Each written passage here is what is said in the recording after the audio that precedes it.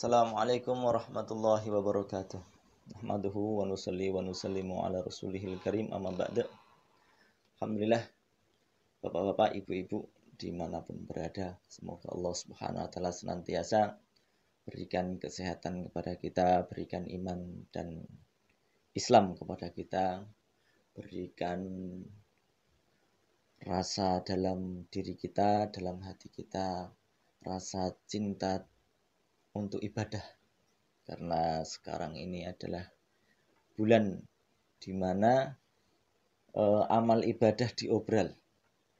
Dikatakan kalau kita melakukan ibadah wajib maka akan dilipat gandakan 70 kali.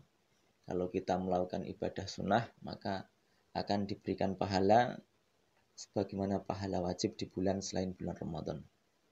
Alhamdulillah bapak-bapak, ibu-ibu, rahimakumullah, akramakumullah.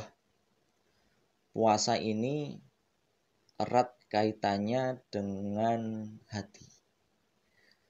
Jadi dalam surat Al-Baqarah ayat 183 bahwasanya ya ayyuhalladzina amanu kutiba alaikumusiyam kama kutiba alal ladzina min qablikum la'allakum tattaqun. Jadi diwajibkan puasa sebagaimana orang sebelum kalian supaya la'allakum tattaqun, supaya bertakwa. Lah takwa ini pusatnya adalah hati. Intinya adalah hati. Ketika seorang ini dikatakan baik, maka yang disebut baik ini adalah hatinya. Bukan mukanya baik, bukan tangannya baik, bukan kakinya baik, bukan yang lain. Akan tetapi ketika orang dikatakan baik adalah orang ini memiliki hati yang baik. Begitu juga ketakwaan ini pusatnya adalah di hati. Keimanan, ketakwaan ini pusatnya dalam hati. Maka puasa ini sangat erat kaitannya dengan hati. Karena tujuan daripada puasa ini adalah supaya menjadi orang yang bertakwa. Rasulullah Shallallahu Alaihi Wasallam juga sampaikan dalam sebuah hadis, Innal halala bayyinun wa innal harama bayyinun wa bainahuma umurun mustabihatun la ya'lamuhunna katsirun minan nas. Ila akhir hadis.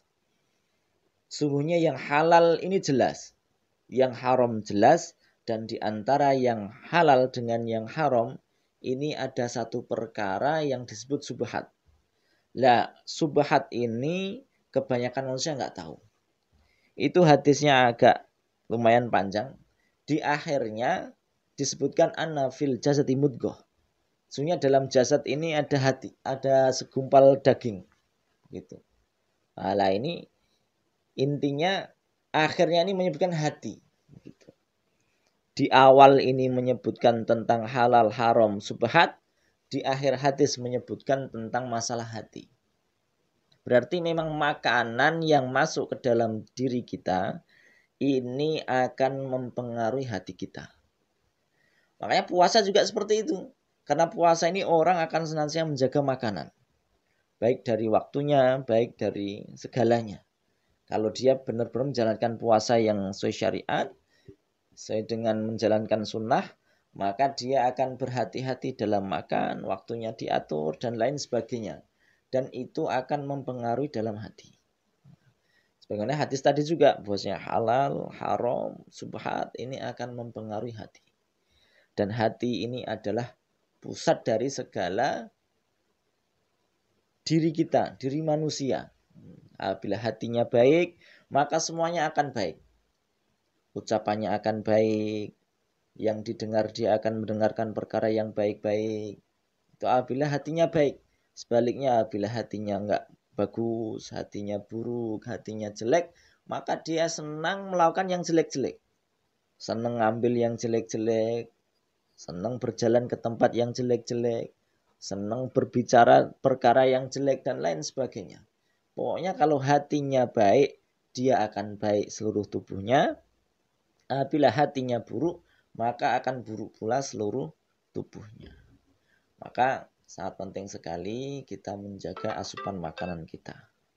Kita perhatikan sahur kita, perhatikan berbuka kita. Jangan jadikan ajang berbuka ini satu balas dendam. Karena sudah seharian kita menahan lapar, menahan haus. Ini ketika maghrib, Masya Allah, dikumpulkan seluruh makanan, dimakan semuanya, Masya Allah. Ini tidak bagus, walaupun itu, kalaupun dia halal ya diperbolehkan. Tapi kalau israf ini juga tidak boleh. Kalau berlebih-lebihan itu nggak boleh. Seluruhnya dimakan, Masya Allah. Nah, maka ini bulan penuh berkah, ini adalah momen untuk merubah kebiasaan kita. Ini adalah sarana untuk belajar kita, supaya kita bisa mengatur makanan kita, mengatur minuman kita. Sehingga nanti setelah kita selesai di bulan Ramadan, kita akan terbiasa dengan makanan-makanan yang sehat, sehingga kita akan, Allah Subhanahu wa Ta'ala berikan kesehatan, bisa tambah ibadahnya, tambah perubahan amalnya ke arah yang lebih baik lagi. Semoga bermanfaat. Assalamualaikum warahmatullahi wabarakatuh.